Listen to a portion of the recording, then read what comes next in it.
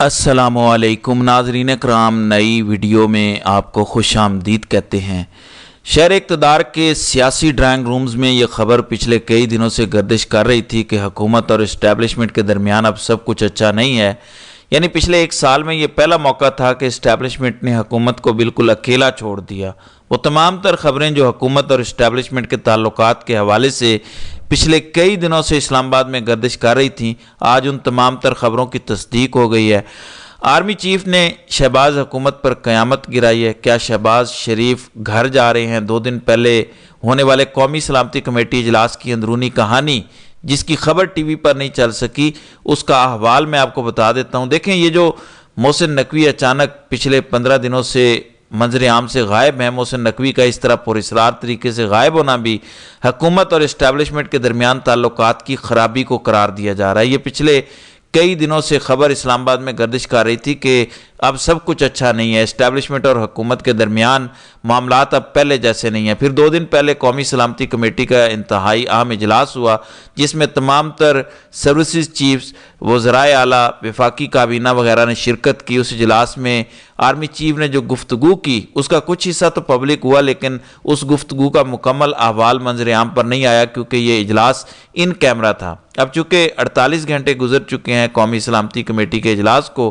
اب اس اجلاس کی اندرونی کہانی سامنے آئی ہے جو اس ٹائم پبلک نہیں ہوئی۔ آرمی چیف کی گفتگو کا وہ حصہ جس کو شاید ٹی وی پر چلنے سے رکوا دیا گیا، جس نے شہباز حکومت پر قیامت گرا دی ہے، میں آپ کو قومی سلامتی کمیٹی اجلاس کی وہ اندرونی کہانی بتا دیتا ہوں جس نے اب بے شمار سوالات کو جنم دیا ہے۔ پہلی خبر تو یہ ہے کہ ایسے اجلاسوں کے اندر باڈی لینگویج دیکھی جاتی ہے، یعنی آرمی چیف کی باڈی لینگویج کیا تھی، وزیر اعظم کی باڈی لینگویج کیا تھی، ڈی جی ISI کی باڈی لینگویج کیا تھی۔ اس کی مثال میں ایسے دیتا ہوں کہ فواد چودھری اکثر بتاتے ہیں کہ جب ان کی حکومت یعنی PTI کے آخری دن چل رہے تھے اور آخری نیشنل سیکیورٹی کمیٹی کا اجلاس ہوا سائفر کے معاملے کے اندر، فواد چودھری بتاتے ہیں کہ اس نیشنل سیکیورٹی کونسل اجلاس میں شرکت کے لیے جب آرمی چیف قمر جاوید باجوہ آئے تو حیران کن طور پر باجوہ صاحب کی باڈی لینگویج مختلف تھی۔ باجوہ صاحب عموماً کوئی بھی آرمی چیف ایسے اجلاس میں جب شرکت کے لیے آتا ہے تو وزیر اعظم سے مصافحہ ہوتا ہے، تمام تر وفاقی کابینہ سے سلام دعا ہوتی ہے، تمام سروسز چیفز موجود ہوتے ہیں، یعنی اس اجلاس میں شرکت کے لیے آنے والے تمام لوگوں سے سلام دعا ہوتی ہے۔ لیکن فواد چودھری یہ بتاتے ہیں کہ حیران کن طور پر اس اجلاس میں قمر جاوید باجوہ نے کسی سے کوئی سلام دعا نہیں لی۔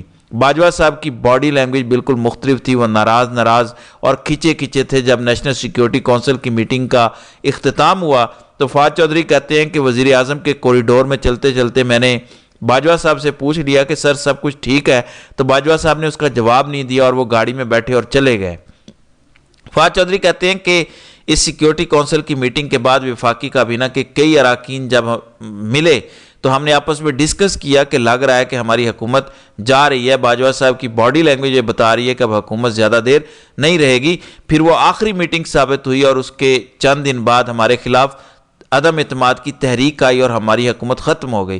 بالکل اسی طرح وہ باڈی لینگویج جو 2022 میں اس ٹائم کے آرمی چیف باجوہ صاحب کی تھی، ہو بہو وہی باڈی لینگویج رپورٹ ہو رہی ہے موجودہ آرمی چیف عاصم منیر کی اس قومی سلامتی کمیٹی کے اجلاس میں۔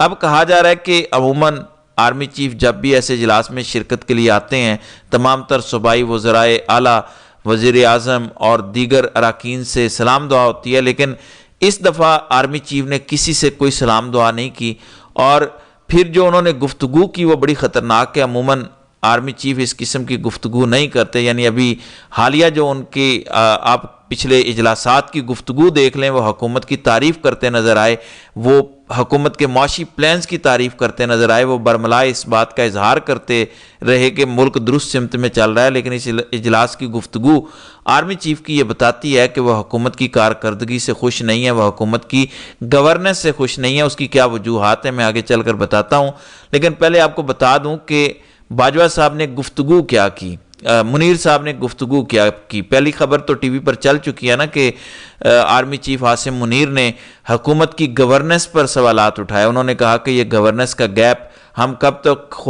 شہداء کے خون سے بھرتے رہیں گے. یعنی باقاعدہ انہوں نے شہباز حکومت کی گورننس کو ذمہ دار ٹھہرایا جو اس ٹائم ملک میں حالیہ دہشت گردی ہے, خاص کر پچھلے 15 دنوں کے اندر جو نئی دہشت گردی کی لہر آئی ہے, جس قسم کے واقعات ہوئے اور پھر ان واقعات پر جس قسم کا رسپانس شہباز حکومت نے دیا. آپ کو یاد ہوگا جب بلوچستان میں ٹرین کا سانحہ ہوا, اس پر جس قسم کا پروپیگنڈا بھارت کی جانب سے کیا گیا, اس نیریٹو کا کاؤنٹر نیریٹو شہباز حکومت نے نہیں کیا. یعنی پہلے 4 دن تو کسی وفاقی وزیر نے بلوچستان سانحے پر کوئی ایک پریس کانفرنس نہیں کیا تھا. تارڑ نے 4 دن بعد آ کر سارا ملبہ تحریک انصاف پر ڈال دیا کہ پی ٹی آئی پروپیگنڈا کر رہی تھی. جو 4 دن تک پروپیگنڈا بھارت کرتا رہا کہ ٹرین کو یرغمال بنایا ہوا ہے, سیکیورٹی اہلکار اس میں ہے, خدا نہ خواستہ پاکستانی تاریخ کا سب سے بڑا سانحہ ہو گیا.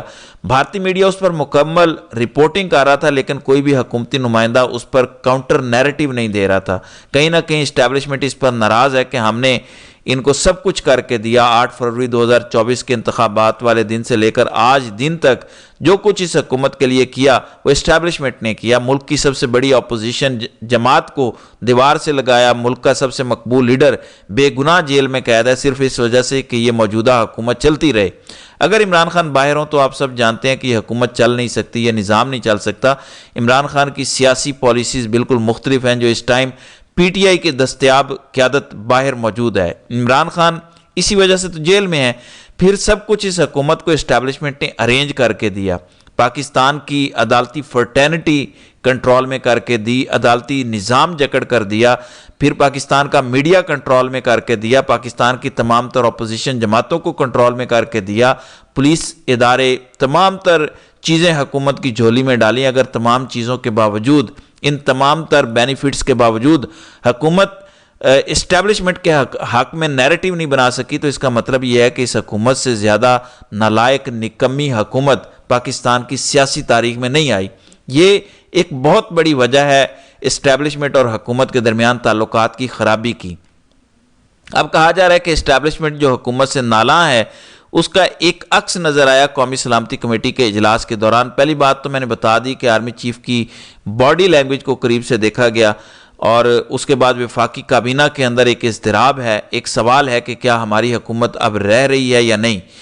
پچھلے 2 دنوں سے کئی وفاقی وزراء صحافیوں سے یہ سوال پوچھ رہے ہیں کہ محسن نقوی کہاں غائب ہیں, کہیں محسن نقوی اس سے بڑے عہدے پر تو نہیں آ رہے, کہیں محسن نقوی کو ری لانچ تو نہیں کیا جا رہا, کہیں محسن نقوی کو وزیر اعظم تو نہیں لایا جا رہا. یعنی وفاقی کابینہ کے لوگ پریشان ہو گئے ہیں آرمی چیف کی باڈی لینگویج دیکھ کر. اسٹیبلشمنٹ کے جتنے قریبی لوگ ہیں اس حکومت کے اندر, وہ محسن نقوی ہوں یا وزیر خزانہ محمد اورنگزیب ہوں, ان تمام لوگوں کو دیکھا جا رہا ہے کہ یہ حکومت کے ساتھ کیسا انٹریکٹ کرتے ہیں. تو پریشانی کا لیول یہاں تک آ چکا ہے. پھر آرمی چیف کی گفتگو کا وہ حصہ جو پبلش نہیں ہوا, جس میں آرمی چیف نے سوالات اٹھائے گورننس پر اور گورننس کے شدید مسائل پر سوالات اٹھائے, پھر حکومت کو اس بات پر بھی تنقید کا نشانہ بنایا کہ جو اولین ذمہ داری حکومت کی تھی, جس طریقے سے حکومت کو نئی دہشت گردی کی لہر کے خلاف ایک پورا کاؤنٹر نیریٹو بنانا چاہیے تھا, ایک پورا پلان ترتیب دینا چاہیے تھا, پھر نیشنل ایکشن پلان جس پر آج تک عمل درآمد نہیں ہو سکا, پھر تمام تر سیاسی جماعتوں کو حکومت آن بورڈ نہیں لے سکی. یہ شاید پہلا موقع ہے کہ اتنی پولیٹیکل ڈائیورژن ہے, اتنی پولیٹیکل انسٹیبلٹی ہے. پاکستان کی سب سے بڑی سیاسی جماعت کارنر ہے, پاکستان کا سب سے مقبول لیڈر جیل میں ہے, اپوزیشن کی جماعتوں نے بائیکاٹ کر دیا سلامتی کمیٹی کے اجلاس کا, حکومت تمام تر پولیٹیکل پارٹیز کو ایک میز پر بٹھانے میں ناکام ہوئی. تو صرف کیا کام اسٹیبلشمنٹ کا ہے یہ تمام تر چیزیں کرنا؟ کہیں نہ کہیں اسٹیبلشمنٹ بھی اب یہ سوچتی ہے کہ اگر ہم نے پلیٹ میں رکھ کر یہ سب کچھ حکومت کو دے دیا ہے, اس کے باوجود یہ حکومت کوئی ایک نیریٹو نہ بنا سکی.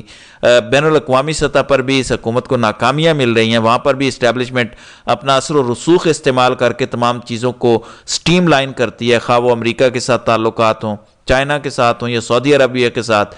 تو یہ تمام تر وجوہات ہیں جس کی بنا پر اب یہ خبر گردش کر رہی ہے کہ حکومت اور اسٹیبلشمنٹ کے درمیان سب اچھا نہیں ہے. یہ پہلا موقع ہے پچھلے 1 سال میں کہ اسٹیبلشمنٹ نے حکومت کو بالکل اکیلا چھوڑ دیا. یہ اچھی بات ہے اگر اسٹیبلشمنٹ اس حکومت کے پیچھے سے ہٹ جائے, اور یہ ایک انڈیکیشن ہے جو آرمی چیف کی باڈی لینگویج تھی, جو اس قومی سلامتی کمیٹی کے اجلاس میں گفتگو تھی, جو محسن نقوی منظر عام سے غائب ہیں.